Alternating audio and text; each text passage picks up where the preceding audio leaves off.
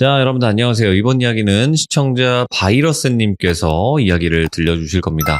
오늘 바이러스님께서 해주실 이야기가 좀 특이해요. 대부분은 귀신 보시는 분이 참여를 해서 이야기를 들려주시고 그런 일들이 많았는데 이분은 실제로 밖에서 귀신 보시는 분을 만났나 봐요. 그리고 그분이랑 대화를 여러 가지를 나눴는데 그 중에 있었던 소름 끼치는 일들이 있었다고 해서 바로 이야기 참여를 해주셨습니다. 어떤 이야기일지 들어보도록 할게요. 네, 안녕하세요.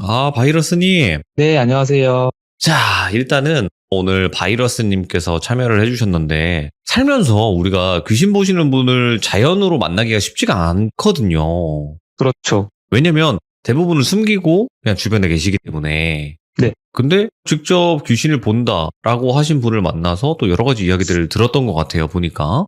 네, 그러면 바로 한번 출발을 해보도록 하겠습니다. 렛츠가! 시리입니다. 바이러스입니다!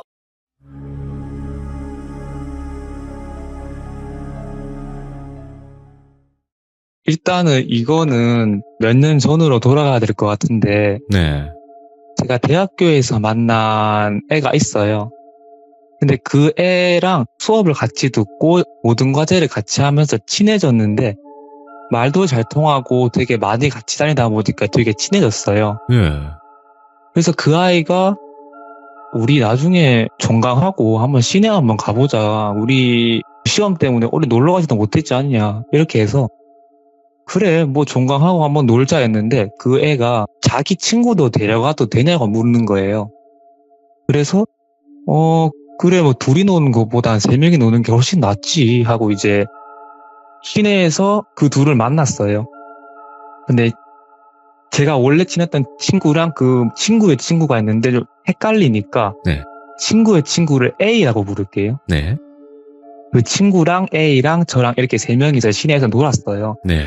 근데 시내에서 그냥 계속 노는데 자꾸 제 친구랑 A랑 계속 귓속말을 하는 거예요. 근데 그냥 귓속말을 하는 게 아니라 자꾸 저를 보면서 속닥거리는 거예요. 기분 나쁘게? 예? 예, 기분 나쁘시잖아요, 돌비님도. 그렇죠. 예. 그래서 나중에 카페에서 물어봤죠. 왜 그랬냐고. 왜 자꾸 니네랑 친한 것도 아니고 처음 봤는데 왜 자꾸 사람 왕따시키는 것도 아니고 오. 자꾸 귓속말을 왜 하냐라고 물어봤어요. 근데 저는 걔가 사과를 할 줄 알았는데 걔가 약간 침묵하고 눈을 좀 무섭게 뜨면서 저한테 예. 말하는 거예요. 너 혹시 죽은 사람 욕한 적 있니? 이러는 거예요. 오? 뭔 소리지? 하고 했는데 근데 그게 생각났어요. A가 조금 특이하다는 말을 제가 한번 들었어요. 그 친구한테. 예. 그래서 특이한 게 이런 건가 했는데 그 A가 다음에 한 말 듣고 제가 얼어붙었어요. 왜냐면 그 A가 화상 입은 사람이 자꾸 너를 계속 쳐다본다 이러는 거예요. 예. 그래서 그거 듣고 특이한 게 귀신 보구나. 아. 근데 귀신 본다는 것보다 제가 순간 머리에 스친 하나의 기억이 있었어요. 네. 언젠지는 말씀을 못 드리겠어요. 제가 학창 시절 때 네. 현장 체험 학습을 가려고 어디를 가는 중이었거든요.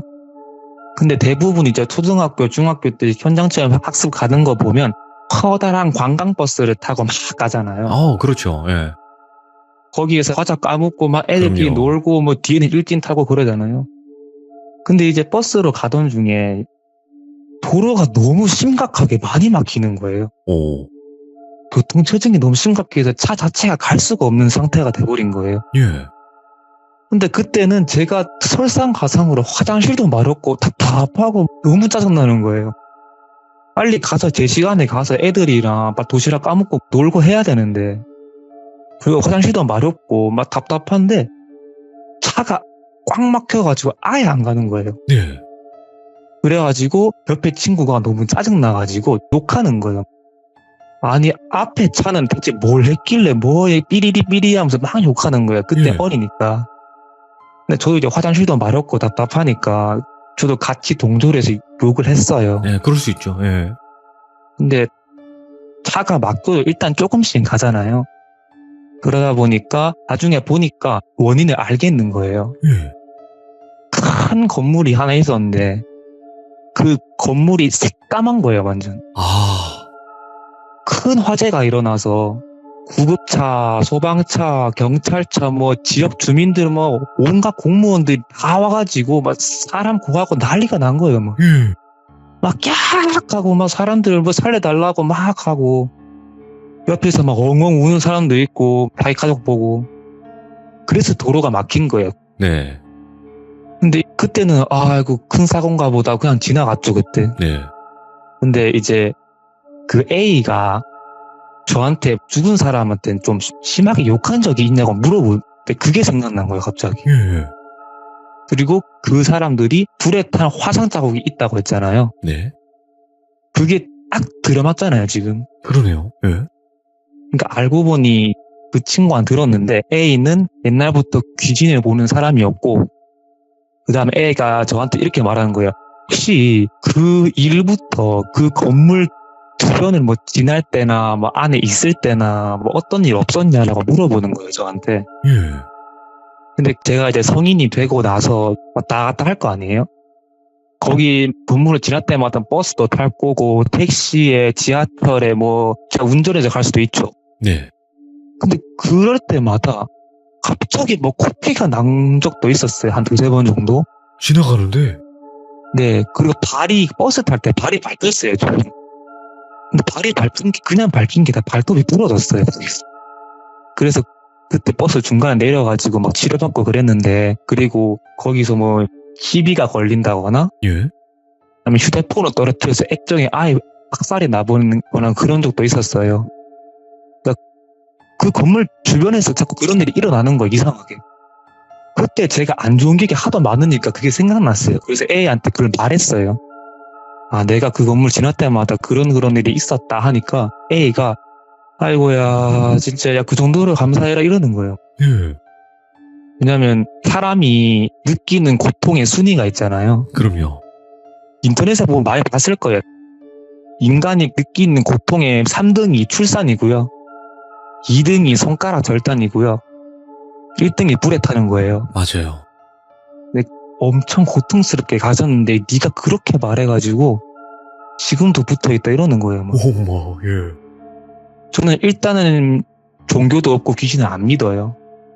근데 계속 그런 일이 있고 얘가 제 과거를 보다시피 그걸 말을 했잖아요. 예. 그러다 보니까 제가 너무 신기하면서도 무섭고 뭐 어떻게 해야 될지 막 물어봤어요, 그냥. 네. 저도 약간 죄송한 마음도 있고 자꾸 그 건물 지날 때마다 뭐 폰 떨어뜨리고 시비 걸 그런 거 싫잖아요, 저도. 그래서 A야, 그러면 내가 어떻게 해야 되냐, 뭐 무시라도 해야 되냐 이런 말을 했어요. 근데 A가 고개를 조리조리 돌리면서 하지 말라고 그냥 지나갈 때마다 죄송한 마음 가지면서 지나가라 이러는 거예요. 아, 예. 보통 같으면 귀신이 붙었다면 막 무당한테 가거나 뭐 스님한테 가거나 그러잖아요. 예. 근데 얘는 이상하게 죄송한 마음을 다니고 말 함부로 하지 마라 이러는 거예요. 예. 맞잖아요. 그 사람들도 옛날엔 사람이었으니까. 그래서 제가 귀신은 안 믿지만 네. 그래도 이런 거에 관심이 많았어요. 그래가지고 얘랑 좀 얘기를 많이 하고 싶은데 연락처를 달라고 부탁을 해봤어요. 예. 근데 안 된대요, 얘가. 오늘 만나고 이제는 만나지 말자 이러는 거예요. 왜 그러지? 아, 근데 처음 만나는 사람한테 그런 말 하는 게 좀 이상하잖아요. 예. 그래서 내가 왜? 하면서 이렇게 물어봤는데 자기는 옛날부터 귀신을 보고 다니고 그런 사람이었는데 자기도 원래 신내림을 받아야 되는 사람이었대요. 왜냐하면 영안이 트였으니까. 영안이 트였고 이제 자기 할머니 쪽도 큰 무당이셨대요. 네. 그래서 신내림을 받으려고 했는데 이제 자기는 거부했대요. 하기 싫어가지고. 그 친구 크리스천이에요, 크리스천. 오. 크리스천이라서 얘가 거부를 했는데 다행히 아프진 않았대요. 근데 학창 시절부터 친구도 사귀고 해야 될 거 아니에요? 근데 애들이랑 평범하게 뭐 초등학교, 중학교, 고등학교를 보내고 싶은데 자꾸 주변 사람들이 사고를 당하는 거예요. 아. 악몽 꾸고 사고 당하고 뭔가 싫어지고 그러는 거예요. 네. 그래가지고 마지막으로 남은 게 지금 그 친구라 하더라고요. 그래서 제가 물어봤죠. 얘는 되고 왜 나는 안 되냐? 이렇게 말을 했죠, 제가. 근데 이제 얘는 뭔가 좀 기가 세다 이러는 거예요.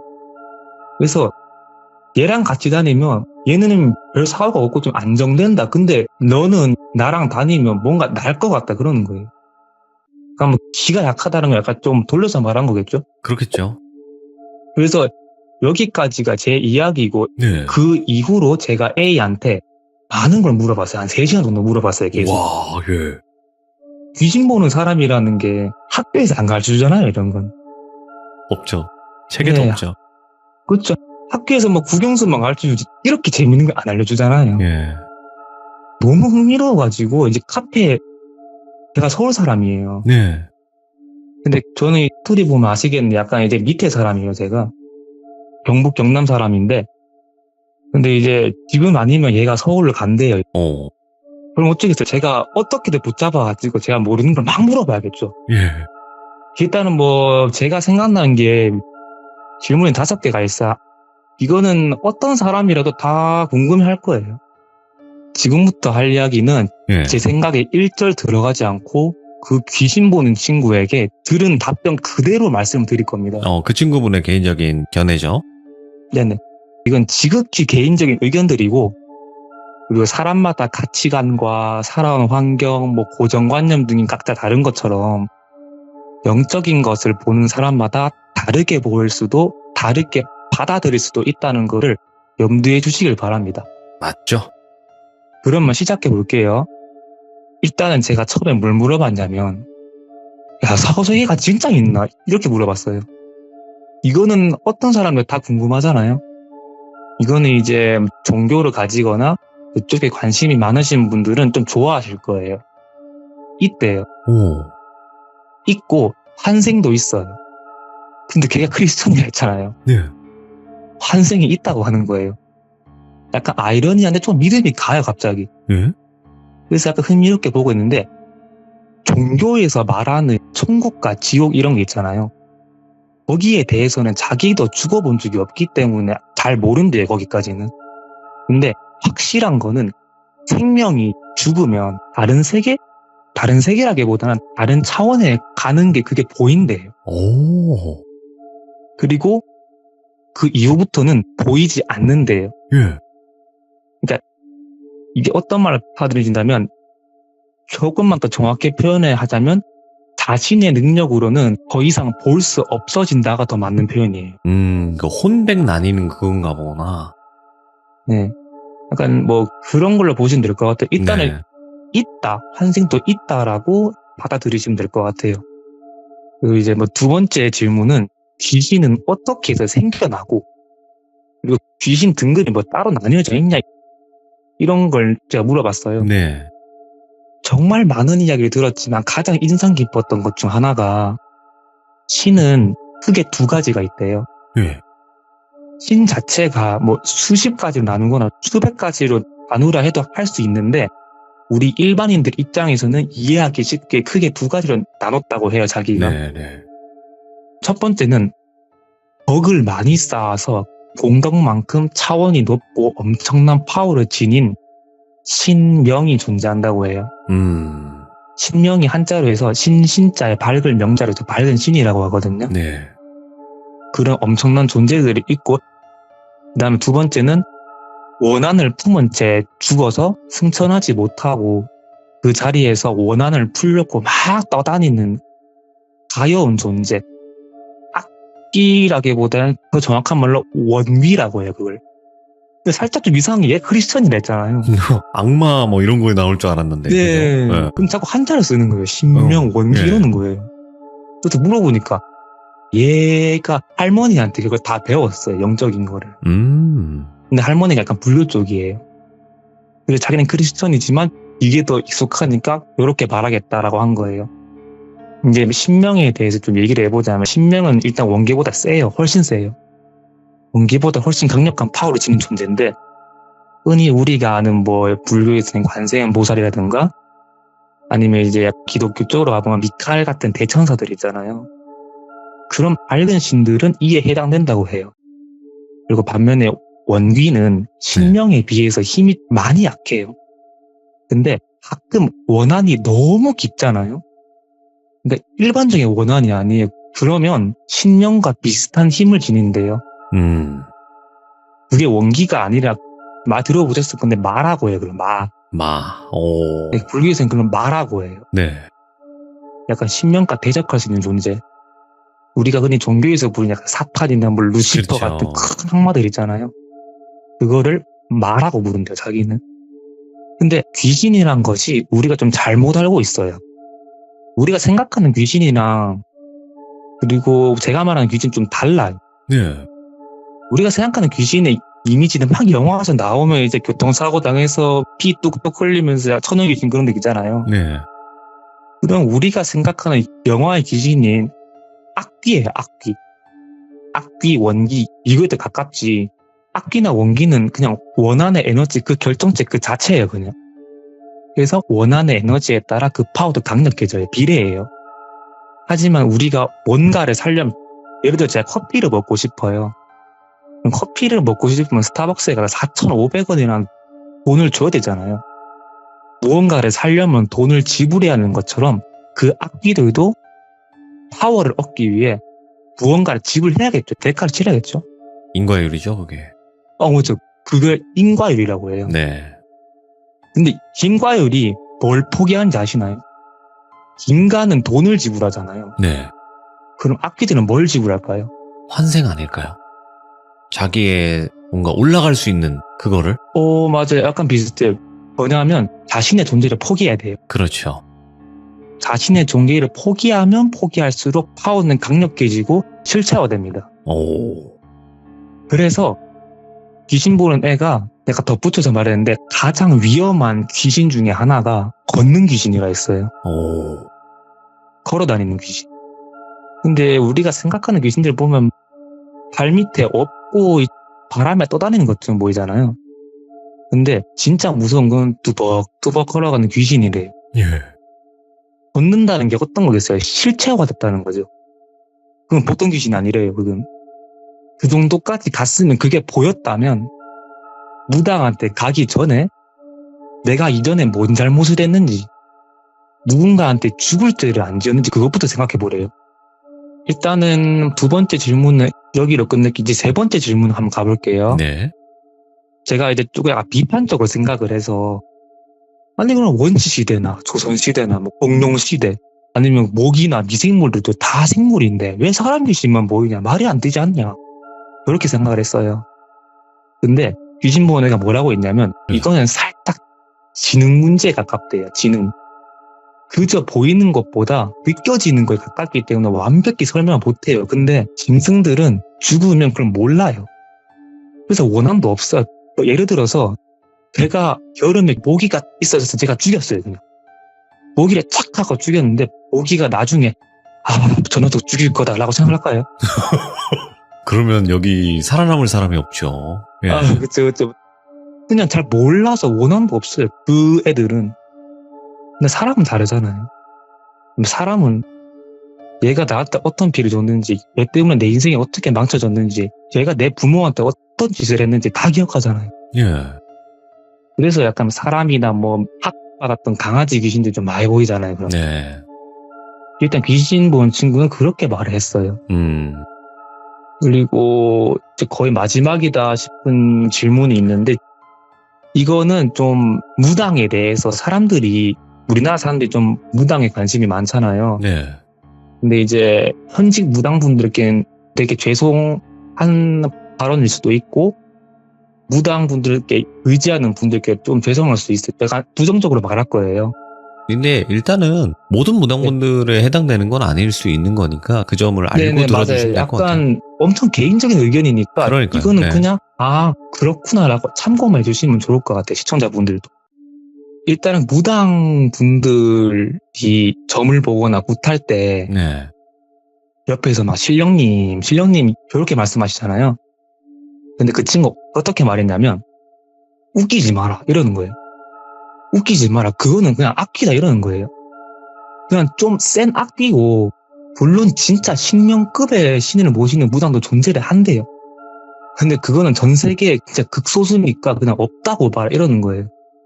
그러니까 저는 처음 놀랬죠. 왜냐면 무당이라는 게 정신과 의사도 안 되고 병원에서 안 되면 영적인 의사로 생각을 했어요. 내가 항상 무당을.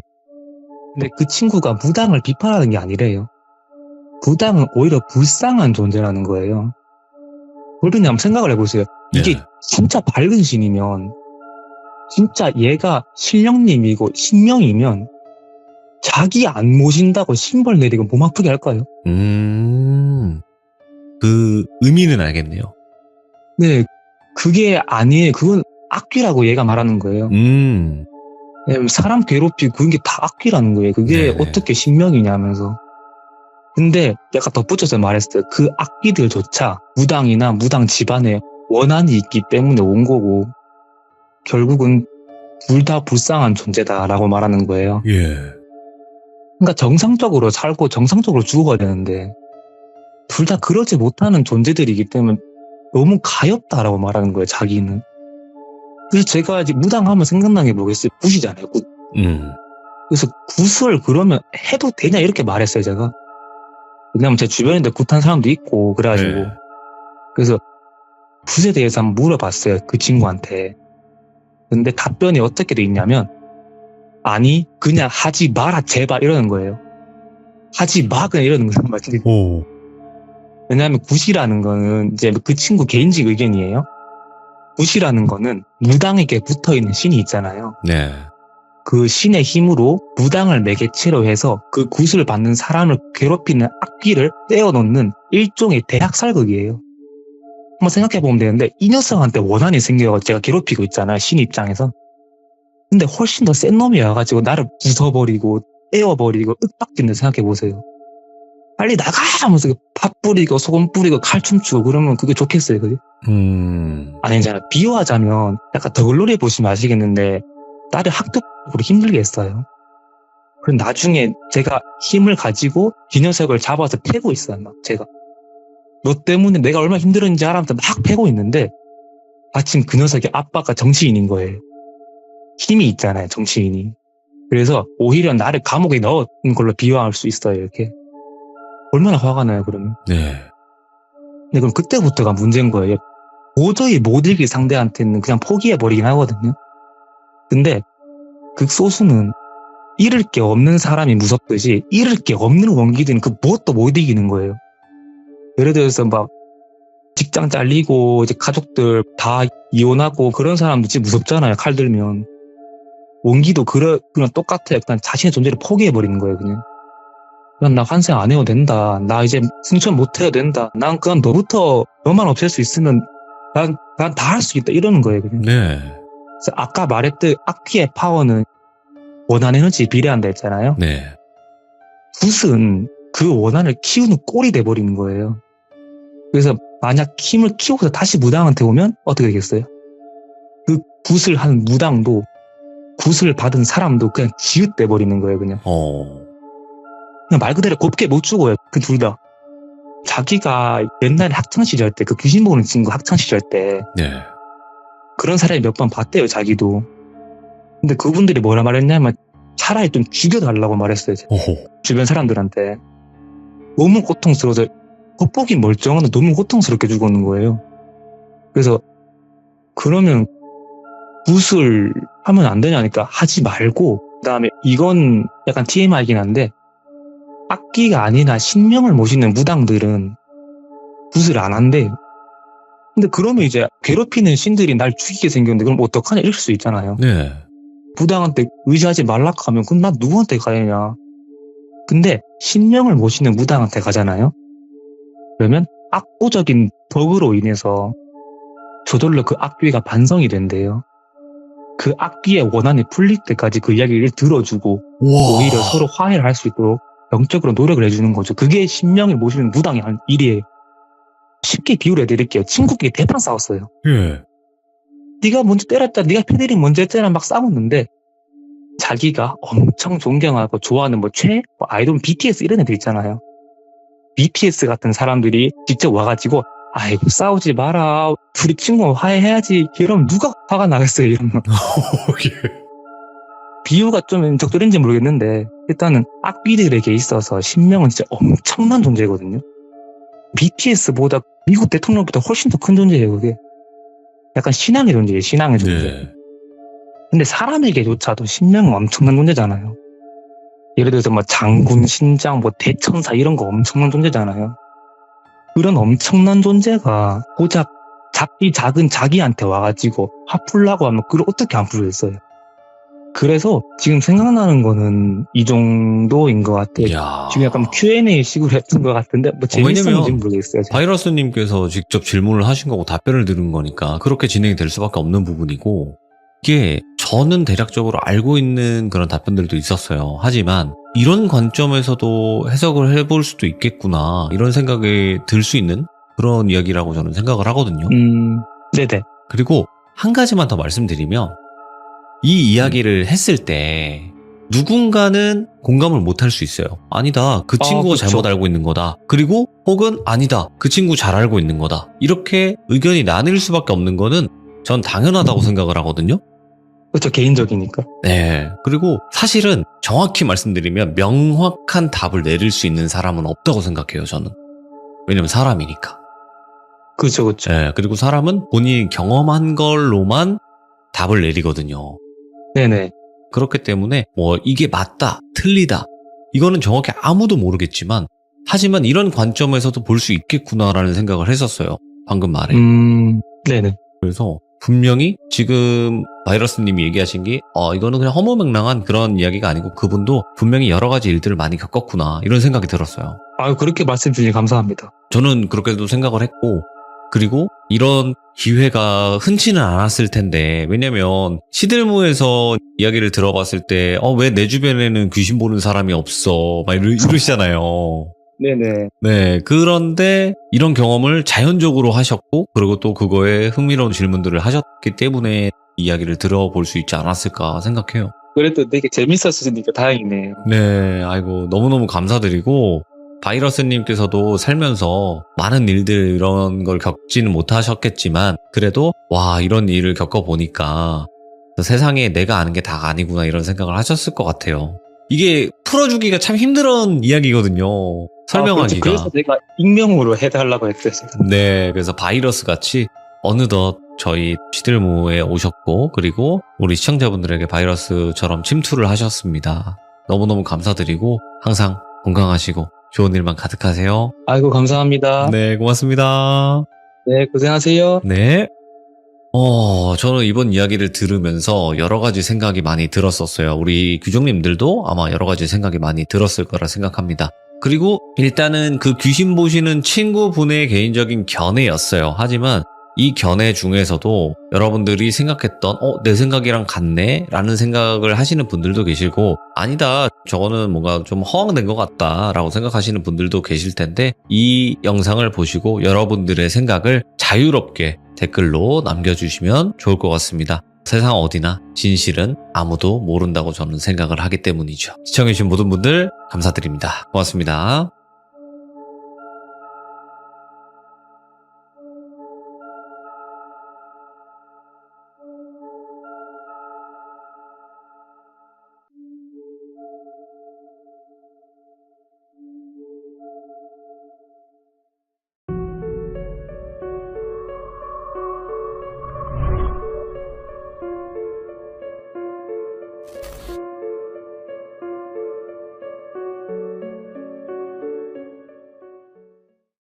자, 이번 이야기는 시청자 봉수님께서 시들무에 찾아와 주셨습니다. 봉수님의 이야기 빠르게 만나보도록 할게요. 네, 여보세요? 봉수님, 네, 안녕하세요. 반갑습니다. 네. 아이고, 그래도 오늘 또 활기차게 찾아와 주셔서 너무 감사합니다. 네네. 네. 자, 봉수님의 이야기들이 업로드가 됐는데, 말이 빠르다? 좀 이러신 아유. 분들이 계시긴 해요. 그치만. 안 고쳐지더라고요. 아니, 근데 말이 빠르건 빠르지 않건 간에 그게 다 박히니까 그게 너무나 좋더라고요, 저는. 다행입니다. 그래서 저는 이렇게 생각해요. 시들무 해주시는 분들이 전부 다 각자 스타일 스타일이 다른데 본인의 네. 스타일을 버리지 말고 쭉 해주세요. 아시겠죠? 네, 알겠습니다. 어차피 뭐 빠른 분들은 느리게 재생하는 방법도 있고 너무 느리다고 생각하시는 분들은 빠른 재생하는 법이 있거든요. 유튜브에. 그 기능을 이용하시면 뭐 충분히 본인들이 편한 대로 시청이 가능하니까요. 맞죠, 봉수님? 아, 그럼요. 네. 자, 오늘 해주실 이야기의 주제가 뭘지 궁금합니다. 주제는 그전까지는 약간 권선징악이었잖아요. 그전에 이렇게 좀 나왔던 그런 거는. 게 있었지. 예. 오늘도 비슷한데 솔직히 좀 너무 저한테도 힘들었고 제가 겪은 제 일은 아닌데 좀 슬픈 이야기라. 좀 무거운 이야기군요, 이게. 네. 알겠습니다. 자, 그러면 어떤 이야기일지는 한번 들어보도록 하겠습니다. 렛츠고! 길이십니다. 봉수예요.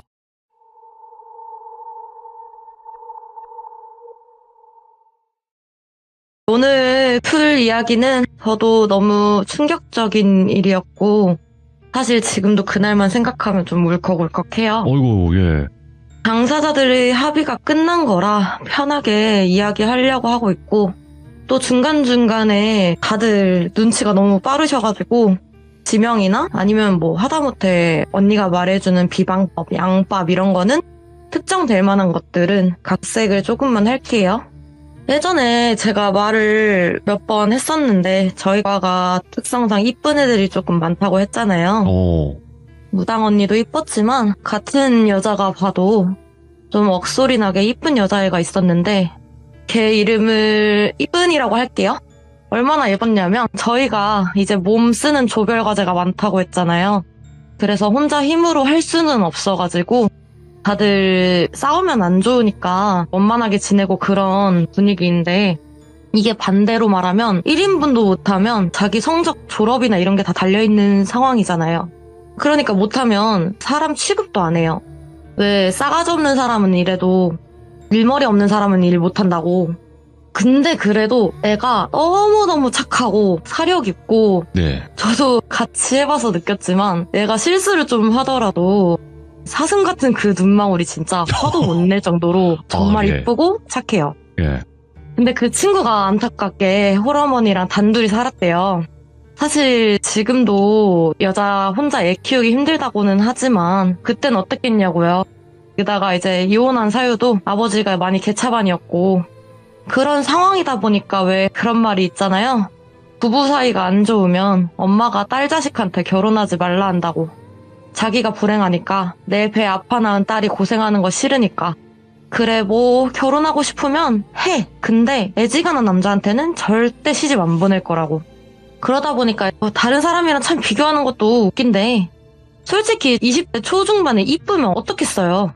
눈이 뭐 하늘에 달려 있어도 연애가 쉽다고 하는데 웬걸 이게 이쁜이는 모쏠에다가 남자 보는 눈이 되게 독특했던 게 학교가 좀 컸었어요. 사람도 많았었는데 잘생기고 뭐 돈 많았던 오빠, 과제 다 도와주겠다던 뭐 성적 좋았던 동기 다 필요 없고 갑자기 남자친구가 생겼다길래 보니까 너무너무 평범한 과 오빠였어요. 뭐 들으시면 저보고 속물적이라고 생각하실 수는 있겠는데 그렇잖아요. 비슷하거나 더 나은 사람 만나고 싶은 게 당연한 게. 외모 안 본다고 하는 사람 나 좀 싫어. 외모 보죠. 안 볼 순 없어요. 뭐 특히 예. 이제 어리니까. 그럼요. 아무튼 간에 이제 모든 게 평범하고 또 솔직히 얼굴은 여기까지만 하고 아무튼 이쁜이가 이 오빠랑 만나게 된 이유를 보니까 나한테 접근한 모든 남자들이 다 내 외모만 보고 한다. 솔직히 내가 언제까지 이쁠 것 같냐. 10년 가도 끝난다고. 사람은 언젠가는 늙고 추해지고 돈도 영원한 게 아니라고. 이 오빠는 한결같이 따뜻하고 세심하고 유일하게 자기가 어떤 걸 좋아하는지 뭘 해야 좋은지 어떨 때 기쁜지 뭐 이런 거를 다 알아준다는 거예요. 네. 아니 뭐 그 오빠는 솔직히 너의 외적인 부분이나 그런 게 좋으니까 다른 남자들이랑 똑같이 그런 거 아니냐. 애초에 1차적으로 보이는 게 있을 건데 또 결혼한다고 학교도 자퇴한다고 하더라고요. 네, 뭐라 하겠어요. 자기들이 좋다는데. 제 3자가 더 말은 안 했죠. 그렇게 이쁜이는 결혼한다면서 그 오빠랑 과 동기들 선후배 할 거 없이 전부 청첩장을 돌렸는데 그때 당시 제가 축가를 해달라고 부탁을 받아서 야, 너는 축가 담당이니까 꼭 와야 된다고. 그러면서 제 옆에 앉아있던 무당 언니한테는 안 주는 거예요. 청첩장을. 제가 눈치가 없었던 건지 또 누구는 빼고 누구는 안 주고 이런 게 보는 게 정말 싫었어요. 네. 명확한 이유가 있는 것도 아닐 뿐더러. 그래서 오빠 왜 언니는 안 주냐고.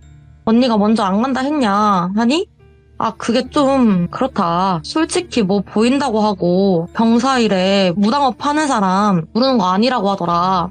그래서 미안하지만 마음만 받겠다 이러는데 이게 좀 기분이 나쁘잖아요. 아니 종교 결혼식이라 안 부른다는 거면 내가 이해를 하는데 요즘 불교, 기독교 믿어도 성당 결혼식은 다 초대하는데 왜 사람 차별하냐고. 이 언니가 오빠네 부부한테 뭐 잘못한 거 있어? 라고 따지니까 언니가 저를 말리면서 아 됐어. 야 내가 들어와서 안 간다고. 무당이 오면 뭐 내가 저주 내리냐? 죄지었어? 됐어. 니들이 안 부르겠다는데 결혼 축하하고 잘 살아라 하고 그렇게 일단락은 됐어요. 저도 솔직히 이쁜이랑은 친했지만 언니랑도 친했기에 기분 좋게 축가는 못 불러주겠다고 거절도 하려고 했는데 언니가 말리더라고요. 그냥 너는 갔다 오라고. 약속한 것도 있으니까. 그래서 마음이 좀 안 좋지만 그래 뭐 언니 말도 틀린 거는 아니니까 그래서 참여는 했었고 그렇게 이쁜이는 언니를 제외한 모든 사람에게 축하를 받으면서 결혼을 올렸대요. 그 모든 과 애들한테. 이후에는 다 그렇지는 않겠지만 결혼하면 집안도 양가 전부 신경 써야 되니까 바빠서 그런지 이쁜이와의 연락은 거의 안 하게 되었어요. 네.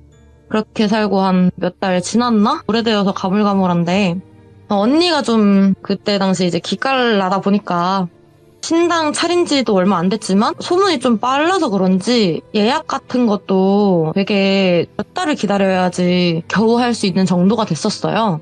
그래서 그때 당시에 종종 알바식으로 언니 일을 보조로 도와줬었는데 마감하면서 정리 중이었는데 누가 대문 앞에서 두드리면서 부르더라고요. 제가 나가보니까 웬걸? 이쁜이네 오빠가 뭔 보자기 같은 걸 품에 안고 문 좀 열어달라고 인사할 그런 것도 없이 막 들이닥쳐가지고 제발 이야기 한 번만 들어달라고. 그래서 보니까 아기가 품에 안겨 있었는데 뭔가 아기 상태가 말이 아닌 거예요. 온 몸에 붉은 포진 덩어리가 군데군데 전신을 다 뒤엎어 있고 눈 한쪽은 진짜 고름이 완전 뒤엎여서 떠지지도 않아요. 이게 지금 생각해도 너무 끔찍한데 아니 이게 일단 여기를 올 게 아니잖아요. 병원을 가야지. 여긴 점집인데 뭐 하는 거냐. 그러니까 아니 내가 다 돌아보고 안 되니까 여기라도 온 거 아니냐. 돈만 지금 억대로 들어갔는데 아무도 문제를 모른다고. 와이프도 지금 지쳐서 집 나갔다고. 애라도 살려야 될 거 아니냐고. 예. 그래서 저는 안 된다 상대방은 들여보내달라 하면서 옥신각신 하는데 언니가 뒤에서 들어와라 해서 결국에는 데리고 들어갔어요. 설마 이 아저씨가 언니가 결혼식 초대 안 했다고 저주 걸었다고 생각한 거 아닌가. 지금이라도 내쫓아야 되나 싶었는데 예. 그 오빠가 입을 떼기도 전에 언니가 씩 웃으면서 그러는 거예요. 거봐, 내가 너 보고 식전에 그랬잖아. 죄지어서 나 안 부르는 거냐고. 나는 너한테 해줄 말 없어. 해줄 것도 없고. 가서 네 와이프나 찾아. 애 문제는 보통 부모가 문제인데 왜 생판 남한테 와서 따진다고 해결이 돼? 하니 그 오빠가 내가 무슨 죄를 지었는데? 아무 짓도 안 했어. 잘 살고 있었는데 갑자기 애가 이렇게 된 거라고. 나도 와이프 어디 갔는지 몰라. 이미 애 치료비로 돈도 돈이지만 빚만 쌓여서 어떻게 사람 써서 찾을 수도 없어. 내가 물어서 여기라도 온 거잖아. 그래도 한때 다녔던 동기였잖아. 이것도 못 봐줘? 이렇게 막 난리를 치니까 언니가 막 듣다 웃는 거예요. 마지막으로 기회 줄게. 너 지금 내가 말할까? 아니면 네가 말할래? 그렇게 빚 내서 살린 거면 넌 죽어도 자식 새끼 살리고 싶어서 애비된 마음으로 온 거 아니야? 하면서 달래듯이 협박한다고 해야 되나? 와, 예. 그렇게 세게 말하니까 막상 그 오빠가 기분은 나빴던지 됐다고. 여기 괜히 왔다. 됐다. 더럽다. 하고 애 데리고 그냥 나가버리더라고요. 솔직히 저는 애비 인성이 저러니까 애가 저 지경이 되었구나 싶을 정도로 너무 무리했는데 언니도 그냥 더 붙잡지 마라. 어차피 다시 올 거라고. 아닌가? 아니야. 올 거야. 하길래 그때 당장은 언니의 말이 무슨 말인지 모르겠어서 그냥 저도 말았어요. 뭐 따지기도 그렇고. 그냥 혼자서 좀 찝찝하네? 저 사람 그래도 마음이 착한 이쁜이랑 결혼하는 거 보면 그 오빠도 성격 좋을 것 같은데 아닌 것 같다. 저 성질머리에 가세도 기우니까 이쁜이도 집 나간 거겠지? 근데 애가 애 버리고 나갈 성격이었던가? 근데 잠깐만. 걔가 결혼한 지 벌써 그렇게 시간이 되었나? 벌써 애가 있어? 제가 말했잖아요. 몇 달 됐다고 이제. 애가 생각보다 크잖아요. 말이 안 되잖아요, 이게.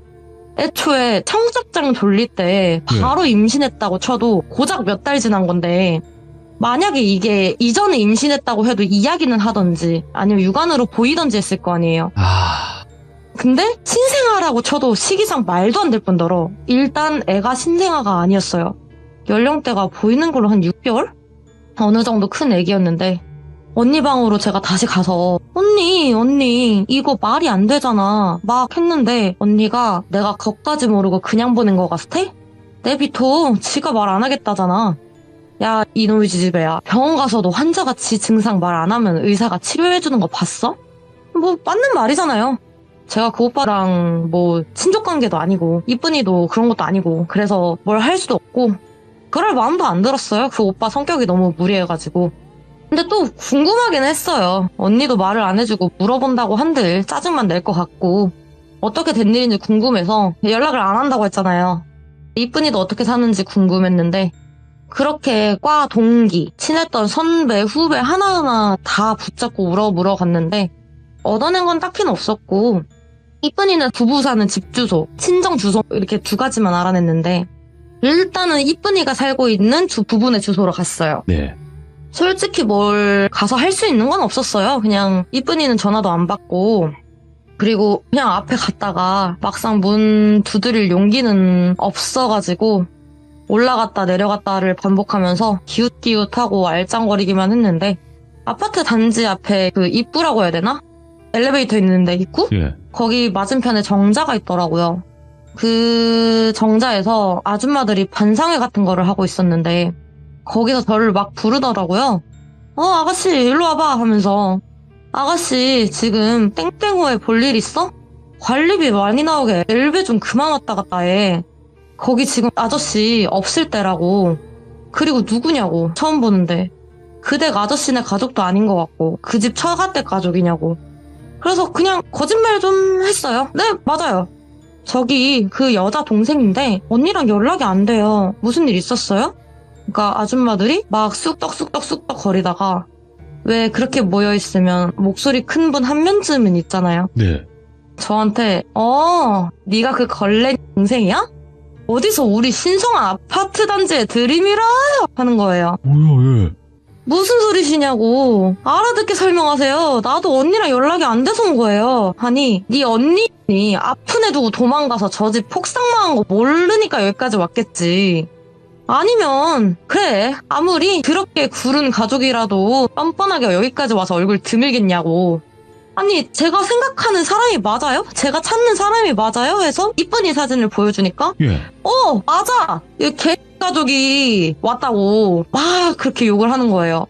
그래서 일단은 그래 뭐 애 버리고 나갔다고 하니까 일단 참 진정하고 이야기를 해보시라고 저도 뭔 상황인지 모르고 왔습니다 하니까 이야기를 들어봤는데 네. 이쁜이가 그 오빠랑 살다가 다른 남자랑 바람 피우고 집에 있는 통장이랑 돈이랑 폐물을 다 싸들고 도망을 갔대요. 그래서 그 오빠가 처가에도 찾아가고 그랬는데 행방은 지금 아무도 모른다고. 경찰에 신고를 했어도 그냥 성인이니까 단순 가출이라고. 뭐 얼굴도 이쁜데 진짜 바람 났다며요. 가출한 거 아니에요 하고. 그렇게 힘들게 살다가 결국에는 그냥 실종 신고를 했다. 그래서 나는 와이프랑 재혼한 건데 뭐 와이프랑 착한 건지 요즘은 조용하다고. 근데 이게 들어보니까 이야기가 앞뒤가 안 맞잖아요. 애도 있을 건데요? 아니 뭔 소리여. 저 집에 없어. 그 집 전처가 얼마나 문란했으면 뭐 성병? 그런 것도 올마오고 동네 떠나가라 싸우고 아주 난리도 아니었다고. 와. 아니 애 있을 건데 하고 중얼거리니까 야 넌 니네 언니가 애 낳았는지 안 낳았는지도 몰라? 아이고 너도 참 알만한 가족들이다. 됐고 우리 동네는 더러운 상간녀들은 못 보니까 앞으로 얼쩡거리지도 마 하고 떠밀려 나갔어요. 그렇게 일단 앞뒤가 안 맞잖아요. 네. 하나도 모르겠고. 그럼 그 성병 이야기? 애가 포진 막 올라와 있고 눈도 한쪽 굶어 있는데 그게 이쁜이한테 옮은 건가? 아니 근데 일단 애 낳은 시기 자체는 안 맞고 일단은 여기서 시간을 너무 많이 잡아먹어서 제 일정도 있으니까 언니랑 같이 있었던 집으로 돌아갔는데 문 열자마자 언니가 앞에서 서 있더라고요. 와 씨 깜짝이야 언니 뭐야 왜 여기서 그러고 있어? 하니 언니가 어디 갔다 왔어 너 발음대로 말해 너한테 엊그제 찾아왔던 그 남자네 냄새 난다고 우물쭈물하다가 거짓부렁 말해봤자 뭐 하겠냐고요 무당 앞에서 그냥 있는 대로 다 실토했어요. 그래서 이쁜이네 친정인 가봤냐 해서 아니 못 가봤어 하니까 언니가 폰 뺏어서 친정 주소랑 번호를 다 찾아간 거예요. 네. 언니 이러지 마 뭐해 언니가 전화해보게? 하니까 언니가 산 사람들은 살아야지 해서 뭔 일인가 했는데 다 들은 거는 아니지만 언니가 그 이쁜이네 친정에 전화를 했어요. 내용을 살짝 엿들어봤는데 대충 뭐 이쁜이네 엄마였고 나는 그 결혼을 반대해서 결혼식도 안 갔고 이후로 꿈자리도 뒤숭숭하고 너무 불안하다고. 그래서 언니도 이상하다고 이게 나나 봉수 같은 다른 동기들만 연락이 안 되는 거면 그냥 사이가 멀어져서 그랬겠거니 하는데 네. 어머니랑 연락이 안 되는 거는 이상하지 않냐. 그래서 무업하는 사람이라는 거는 밝히지 않고 만나기로 약속을 잡았어요. 이쁜이네 엄마를 뵈었는데 그 말이 아니더라고요. 삐쩍 말라가지고 눈도 퀭하고 처음에는 이쁜이랑 어떻게 알았는지 연락이 언제부터 안 되었는지 이런 이야기를 하다가 예. 처음부터 어머니랑 이쁜이가 연락이 안 됐던 건 아니래요. 물론 결혼을 반대한 건 맞았지만 그래도 딸이잖아요. 모녀지간은 더 애틋하다는 말이 있는 것처럼 저희와는 다르게 연락은 종종 했대요. 근데 그게 좋은 거는 아니었고 네. 남편이 생활비를 안 갖다 준다고 아, 돈도 몇 번 타갔고 매일매일이 지옥 같다고 남편이 또 바람 피운다고 막 울길래 어머니도 애처로운 마음이 쌓여가면서 근데 이게 한두 번이어야지 말하는 것만 있고 고쳐지는 거나 나아지는 건 없으니 어머니도 애간장이 끊어지셨대요. 막 소리를 지르면서 네가 맘대로 한 결혼이면 더 잘 살아야지. 돈도 돈이지만 남편 간수 하나를 못해서 매일매일 나를 붙잡고 우냐고. 이쁜이는 그래가지고 그래 엄마 미안해 내가 미안해 이제 더 얘기 안 할게 하고 그 뒤로 연락을 안 받았대요. 답답해서 이러면 안 되지만 어머니가 무작정 찾아갔더니 사위라는 놈은 지 와이프가 집을 나갔다고 얼마 안 가 실종 처리를 해버리고 재혼했대요. 이제 이야기를 들어보니까 제가 들은 이야기들이랑 또 다른 얘기잖아요. 아파트 단지 사람들은 이쁜이가 바람을 피웠다 하고 어머니는 사위가 바람을 피웠다고 하고 각 나오잖아요. 근데 언니는 그거에 대해 더 물어보지는 않았고 어머니한테 잠을 얼마나 못 주무셨냐고 물으니 한 달 정도 되었고 계속 꿈에 이상한 게 나오는데 이럴까요? More than I can say But maybe love isn't holding on Maybe it's knowing when to walk away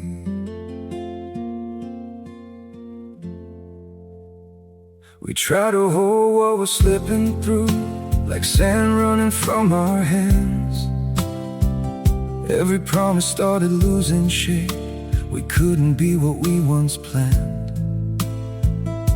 Your eyes would look right through mine Like you were already gone We stayed too long in a fading light Trying to prove we still It hurt good More than I can say But maybe love isn't holding on Maybe it's knowing when to walk away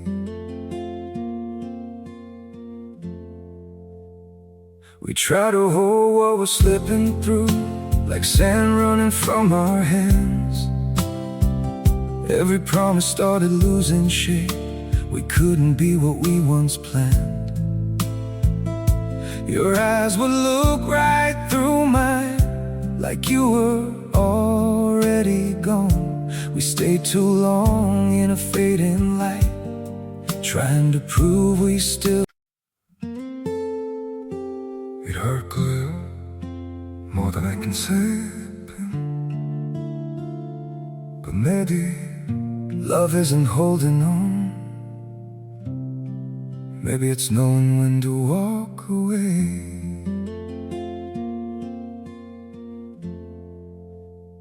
We try to hold what we're slipping through, like sand running from our hands. Every promise started losing shape. We couldn't be what we once planned. Your eyes would look right through mine, like you were already gone. We stayed too long in a fading light, trying to prove we still. It hurt good, more than I can say. But maybe love isn't holding on. Maybe it's knowing when to walk away.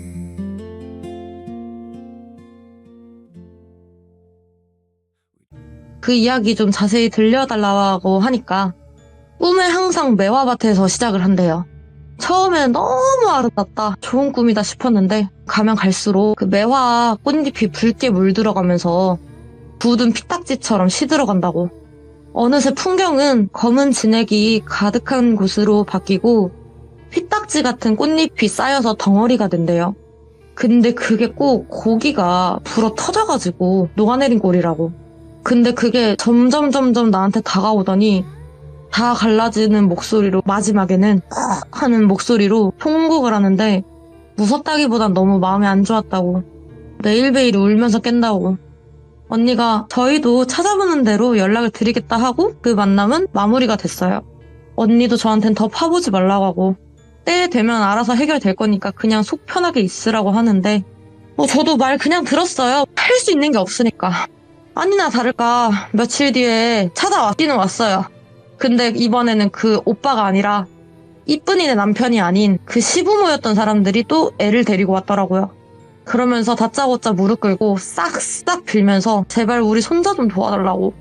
아들도 갑자기 손자처럼 며칠 전부터 손자처럼 똑같은 증상 보이면서 지금은 더 심하다고 사경을 헤맨다고. 언니가 뻔한 말씀이지만 오실 줄 알았습니다. 근데 늦은 감은 있네요. 근데 왜 당신들만 왔어? 그러면 안 되는데. 며느리 데려와. 아, 이렇게 말하면 이해를 못하려나? 지금 너네 전 며느리는 없고 새 며느리 있지 않냐고. 내가 무슨 진짜 신도 아니고 강제로 죽은 원기 떼놓을 수 없다고. 니들 전 재산 다 가져오더라도 내 목숨값이 더 중하다고. 죽은 원기? 뭐야? 뭐가 죽었는데? 너무 놀래서 아무 말이 안 나오는데 그 시부모였던 새끼들이 입을 열더라고요. 답답하다고 듣지 마시고 우리도 몰랐다가 갑자기 일이 이 지경이 되니 새 며느리를 닥달했습니다. 그러더니 실토를 했대요. 이쁜이와 그 남자는 결혼하고 두세 달은 잘 지냈대요. 마음이 옳게 박힌 이쁜이는 정말 잘 살아보려고 뭐든 하려고 했는데 그 남편이란 사람은 일도 안 하고 매일 돈 구해오라 하고 웃긴 게 돈은 구해오라 하고 하면서 의처증도 너무 심해서 집 앞 마트도 못 나가게 하고. 그럼 돈은 어떻게 버냐? 너같이 못 사는 집안 데리고 살아줬으면 어떻게든 구해와라. 그러면 나가지만 않으면 됐었나?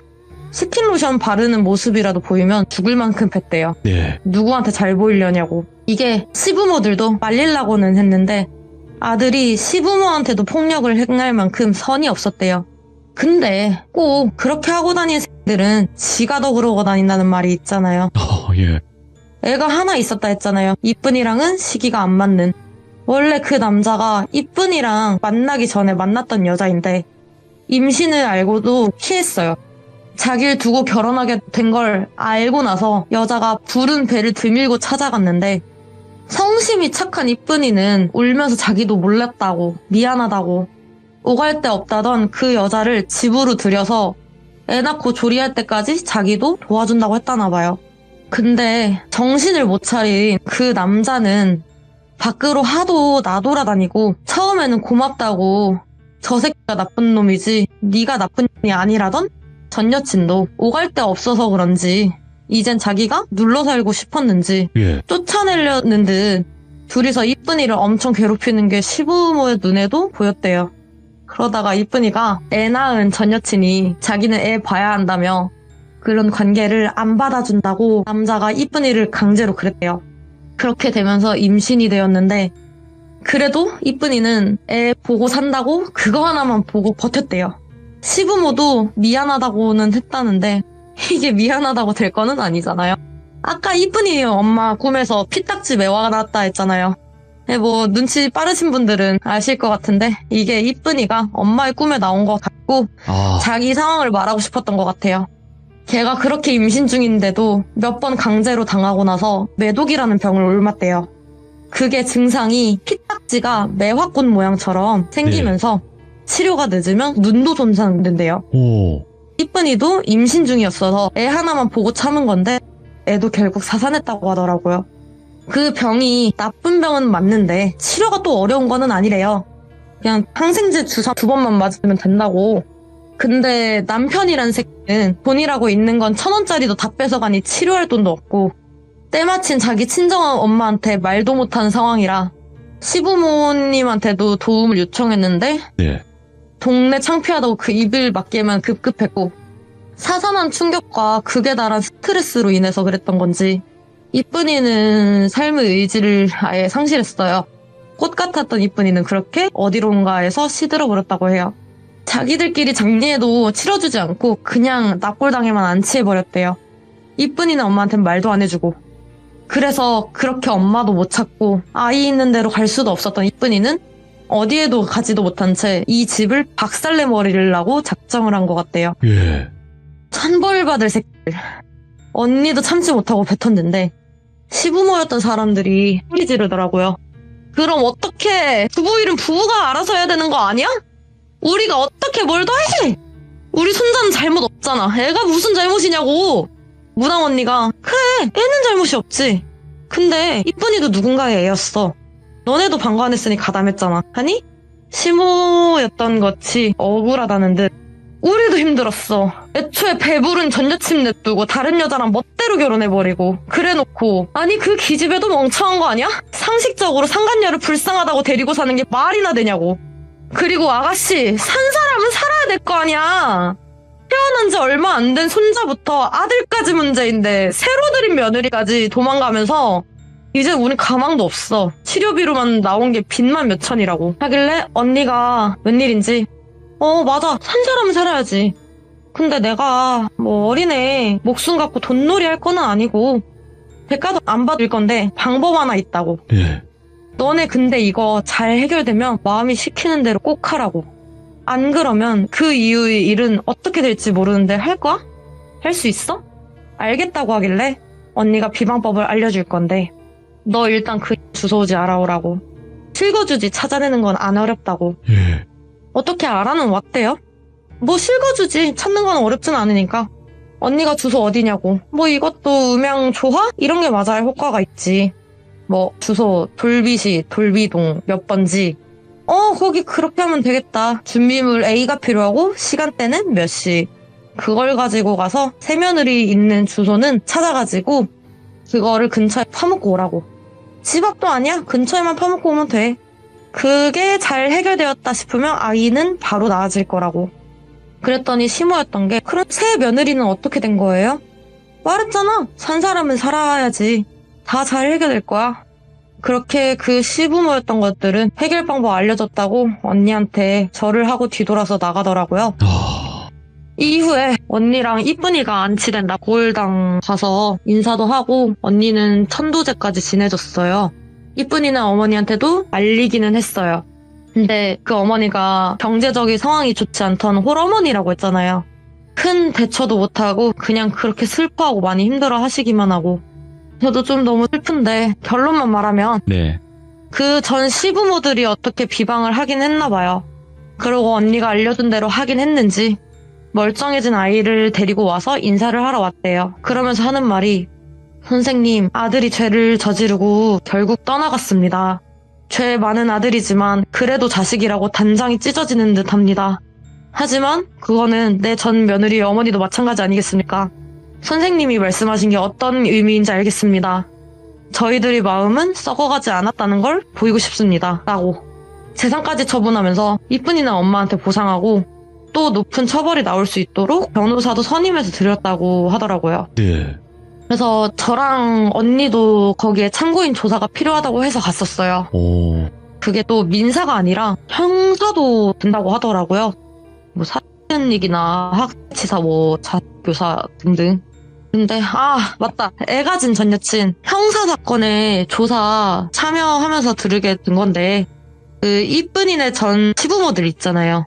그분들이 이제 그 집에 언니가 말한 비방법을 쓰고 오다가 근처 CCTV에 찍혔는지 그 이후로 자퇴했다는 일이 있어가지고 아는 게 있는지 물어보셨어요, 형사님이. 예. 그 부분까지는 그 전 시부모들이 피의자라는 증거는 없고 그냥 뭐 쓰레기 투기 정도잖아요. 그래서 그 부분은 무죄. 나머지는 죄가 인정되어서 처벌을 받으셨대요. 근데 그렇다고 뭐 딸 잃은 어미 마음이 달래질까냐마는 참고인 조사를 한 다음 언니랑 나오면서 이야기를 하는데 언니 있잖아. 그 언니가 말한 비방 말이야. 그거 언니가 대신 해준 거야? 언니 말대로는 산 사람들은 살아야 한다고 하지 않았어? 뭐라 하는 게 아니라 난 언니가 대신 벌 받을까봐 걱정돼. 하니까 언니가 내가 알려준 방법? 그거 그냥 진짜 쓰레기 투기야. 아무 의미 없어. 그 시부모 뒤에 다 녹아버린 이쁜이 있었는데 걔 그 주소 들으라고 말해준 건데? 애는 죄가 없고 만약에 근원은 둘이잖아. 그 전 남편이랑 상간녀. 예. 나 그래서 그냥 그것만 한 거야. 말했잖아. 나 양밥이나 그런 거 절대 안 한다고. 알아서 찾아가서 이쁜이가 맘대로 했겠지. 어차피 남편 건드린 것도 힘든데 애까지 건드리는 거 보면 걔는 그냥 다 포기했던 거라고. 원래 순한 애들이 돌면 더 크게 돌아버리잖아. 그리고 봉수야, 내가 말했잖아. 산 사람들은 사는 게 맞다고. 네. 사람 말이야. 사람. 짐승 새끼가 아니라 사람. 와. 라고 이 이야기는 이제 끝이 났습니다. 와, 이런 일까지 있구나 싶네요, 봉수님. 그러게요. 이게 살다가 겪는 일들이 진짜 여러 가지 이야기들이 많고 말로는 참아할 수 없는 이야기들도 많겠지만 야, 이런 이야기까지 있구나를 아는 이야기라서 야, 충격적이네. 이야기하시면서 봉수님의 또 격한 그때 감정에 올라오신 것도 느껴졌고 많이 네. 억누르신 것도 느껴졌어요.